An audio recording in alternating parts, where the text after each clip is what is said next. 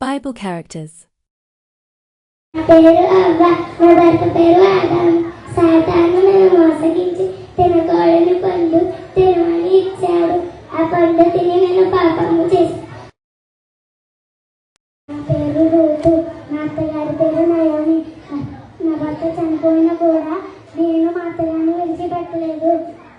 నేను పొలంలో పడక ఏరుకునేదానిని. చివరికి బోయాజు దయ పొందాడు.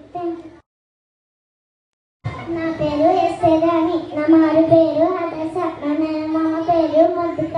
ఎంతో మంది రాణిగా అవ్వడానికి పోటీగా వచ్చిన దేవుని కృప వల్ల నేను రాణిగా ఉన్నప్పుడు నా ప్రజల